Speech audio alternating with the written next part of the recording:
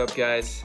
Here we are for another edition on a Tuesday morning for every day in the Word. So if you guys would, I would love for you to open up your Bibles to Deuteronomy chapter 32. We started this chapter yesterday. Moses, he's singing this song to the people of Israel before they go over into the land.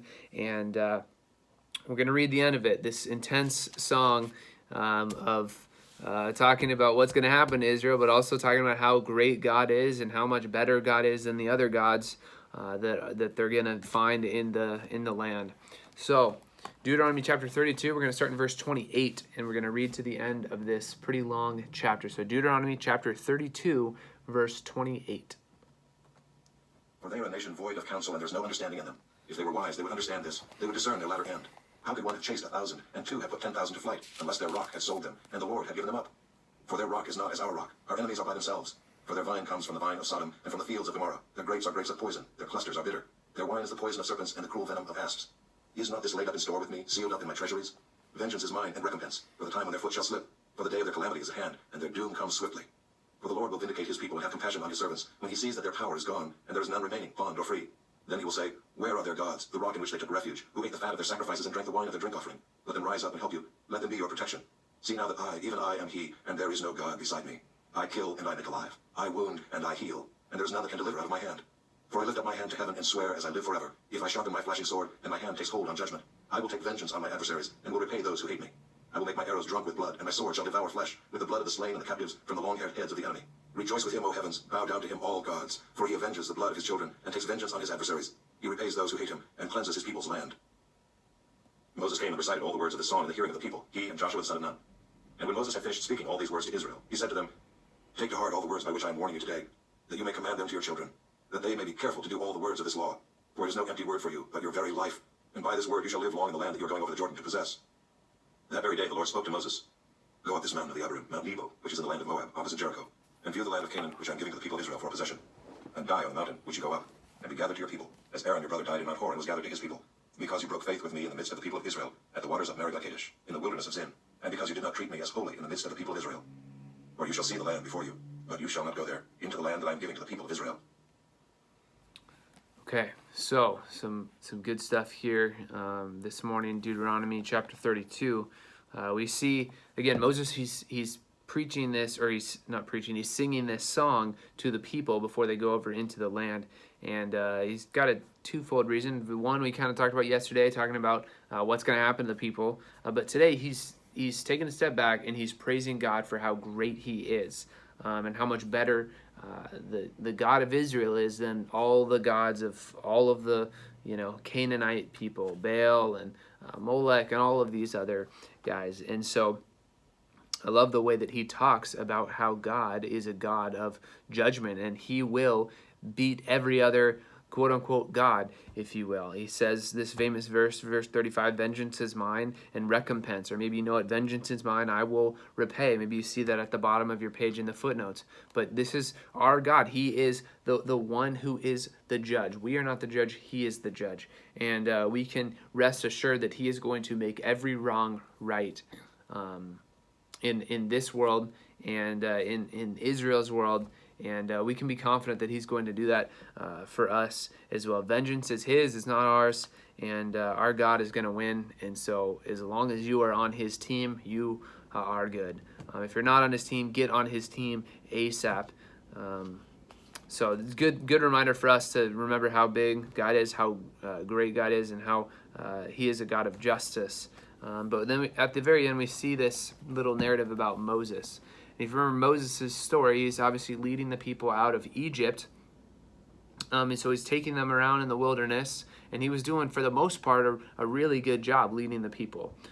But at one point, in the book of Numbers, the waters of Meribah, we see here, in verse 51, God told Moses to speak to this rock, and water was going to come out because the people were complaining about having no water. And so God said to Moses, speak to the rock. And Moses was just so mad at the people of Israel that he took his big stick and he started whacking the rock. And God was really mad with him for doing that, for disobeying him, for hitting the rock when he was supposed to speak to the rock. And because of that, he said, you can't go into the promised land. So he's telling Moses, hey, I want you to go up on this mountain, I want you to get a really good view of the promised land. Take a look over that Jordan River into the land that we've promised your fathers, and you took the people out of Egypt to come here. Take a big long look at it, and I'm going to have you die right here on the top of this mountain overlooking the promised land.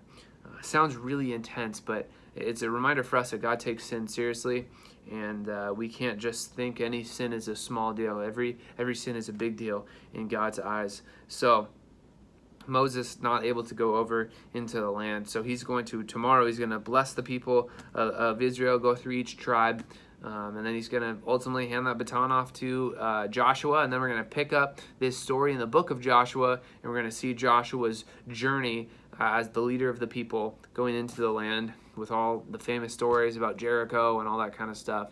So I'm excited for the book of Joshua as well, but just a sad reality for Moses here because he disobeyed God. And he took the people all the way up to the edge of the promised land and couldn't go in because of his sin. So good story here today in Deuteronomy chapter 32. And now I want us to go over to the book of Luke. Luke chapter 12, we're going to look at verse 35 through 59. Luke chapter 12, verse 35 through 59. Jesus is going to continue on in this sermon, and today he's going to really challenge his listeners to think about the future, to think about his second coming and getting ready for that right now. So as you see right here at the top of your Bibles, Luke chapter 12 verse 35 says you must be ready. And so we're going to talk about what it looks like for us to get ready. So right now, Luke chapter 12 verse 35, we're going to read it right now.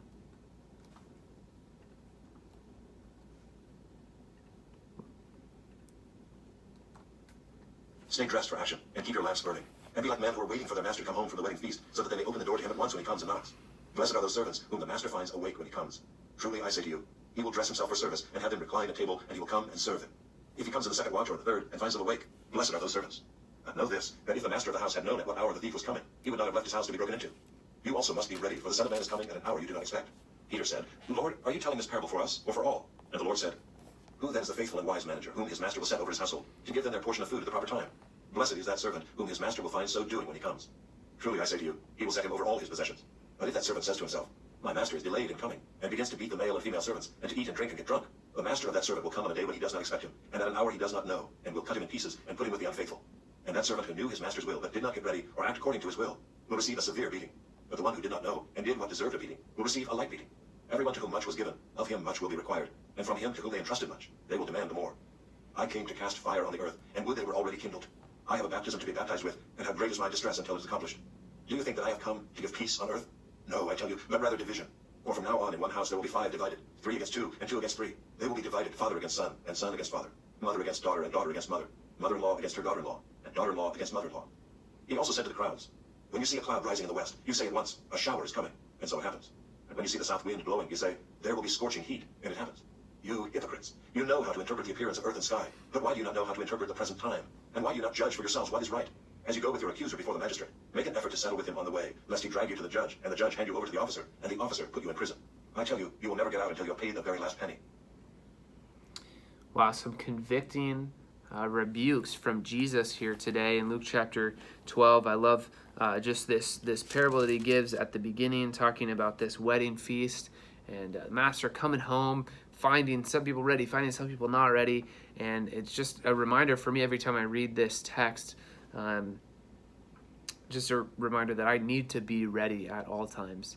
I keep this poster in my office of this guy named Jonathan Edwards, and he writes these 70 resolutions. In one of his resolutions, he says, resolved to live every hour like it's the last hour of my life. He had this mindset that he was going to live every hour like it was the last hour, like he was always ready for the master to come home. And that's the picture that we get from Jesus here in Luke chapter 12. We need to be ready. Are you ready? First of all, are you ready? Do you have salvation? Are you a real follower of Jesus Christ? Are you a real doulos of God?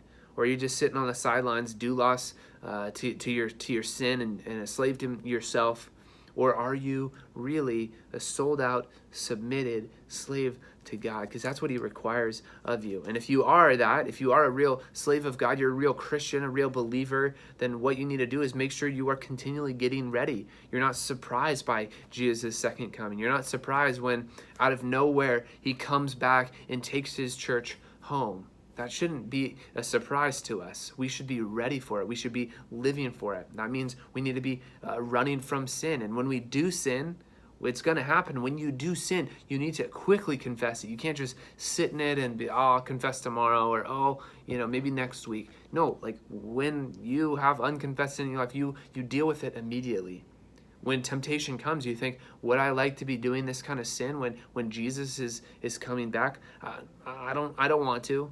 I don't want to be doing this. So we're running from sin. We're using this right here, this healthy fear of God, to drive us away from sin. We got to always be ready. I don't want to be like the servants here that are not ready. I want to be waiting, anticipating Jesus' second coming. We use this word sometimes, Maranatha. Maranatha is this old phrase that the church would use to say. It literally just means, "Oh Lord, come." And it's this cry out to God. God, please come back. Send your son Jesus to come back. Jesus is coming back to this planet to take his church home, to set up his kingdom here on this planet, and to rule and to reign for 1,000 years. And we want to be ready for that. We want that to come now. We look around at this world. We are in the middle of this global pandemic, and we're like, man, this is brutal. Like, I don't want to be here. I want to be home. I want to be in heaven. I want to be with God. He's going to come back quick. We need to be thinking about that. We need to be praying about that. I love this rebuke here in verse 54. He's like, hey, you guys are better weathermen than you are interpreting the times about the Son of Man coming back.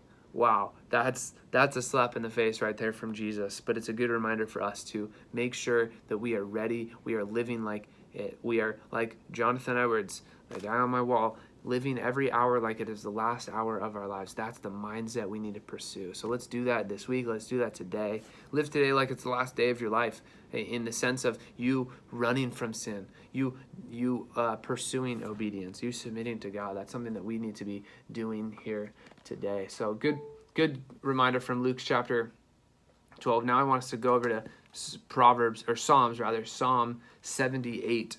Psalm 78 here. I'm going to finish up this psalm. We've been going through it a little bit slower than we normally do, but this one it's pretty long. It's 64 verses long. So, no, it's not 64 verses long. It's 72 verses long. We're reading to verse 64 today. Psalm 78. Verse 56 through 64 is our reading today. So let's do it right here. It says, remember yesterday, let's back up. Let's do the context first.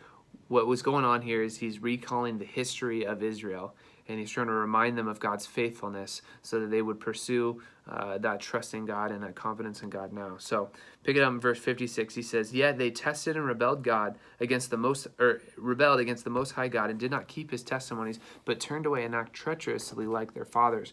They twisted like a deceitful bow, for they provoked him to anger with their high places, and they moved him to jealousy with their idols. When God heard, he was full of wrath, and he utterly rejected Israel. He forsook his dwelling in Shiloh, in the tent where he dwelt among mankind, and delivered his power to captivity, his glory to the hand of the foe. He gave his people over to the sword, and vented his wrath on his heritage. Fire devoured their young men, and their young women had no marriage song, and their priests fell by the sword, and their widows made no lamentation. So, again, if you think back to the Old Testament story, people of Israel, they went from Egypt. Moses delivered them from Egypt. They brought to the Promised Land. Moses said, hey, obey God in the Promised Land, and then they don't really do that very well. And so, obviously, they get punished by God. God pours out his wrath on them for their sin, for turning away from his covenant to them. And so this text right here is reminding us of the wrath and the pain that it causes God, and the wrath that now God has to pour out on his people.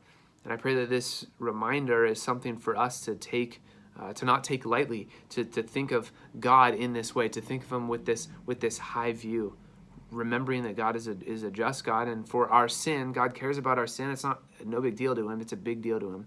So a good reminder for us that our sin today, even though we're not necessarily his original audience here in Psalm 78 of the people getting wrath poured out on us, but we are people that could get his wrath poured out on us if we are not right with God, if we've not repented of our sins and placed our faith in Christ. And if that's true for you, then you need to pursue sin, or pursue not sin. You need to run away from sin, and you need to pursue holiness and righteousness, so this wrath isn't stored up for you. So a good reminder of who God is, Psalm 78.